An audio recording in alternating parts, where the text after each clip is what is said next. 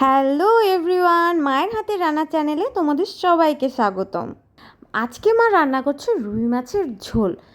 গরম ভাত দিয়ে আলু পটল দিয়ে রুই মাছের ঝোল এইভাবে খেতে আহা কী যে মজা।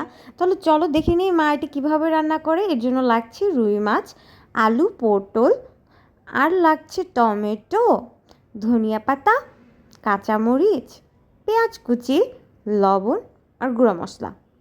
প্রথমে মা রুই মাছে স্বাদ মতো লবণ দিয়ে দিচ্ছে।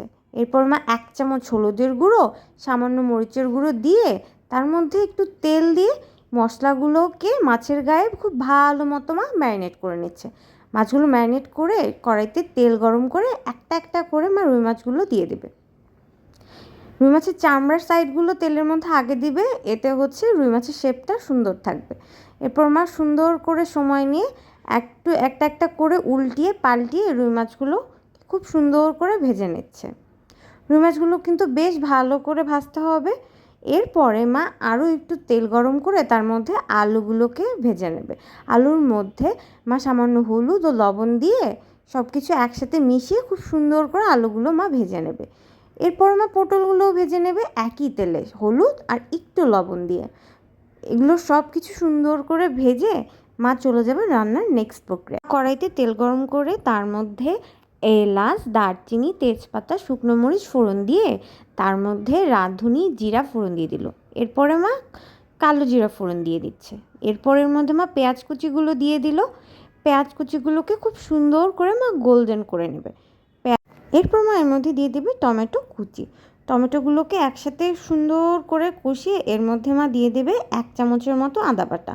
সব কিছুকে একসাথে ভালো মতো কষাতে কষাতে মা একটা মশলা তৈরি করে নেবে।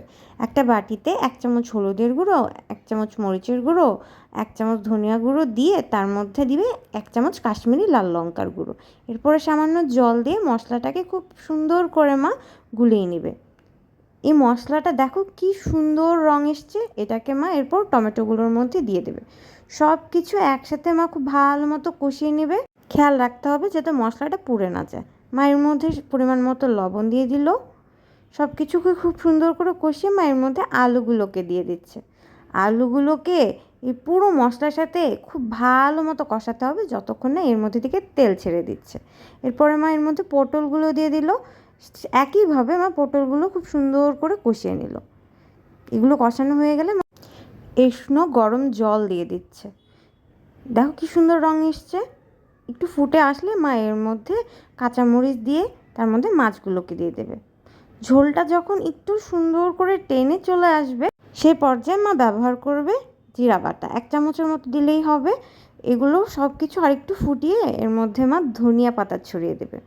ব্যাস, ধনিয়া পাতা ছড়ানো হয়ে গেলেই আমাদের রুই মাছের ঝোল কিন্তু একদম রেডি। আলু পটল দিয়ে আর টমেটো দিয়ে রুই মাছটা যদি এইভাবে রান্না করা যায়, রুই মাছের ঝোলের থেকে মজা আর কিন্তু কিছুই হয় না। তাই দেরি না করে এক্ষুনি রেসিপিটা ফলো করে রান্না করে ফেলো। আর ভিডিওটা ভালো লাগলে like, comment, share and subscribe করতে কিন্তু একেবারে ভুলো না। দেখা হবে নেক্সট ভিডিওতে। Bye bye.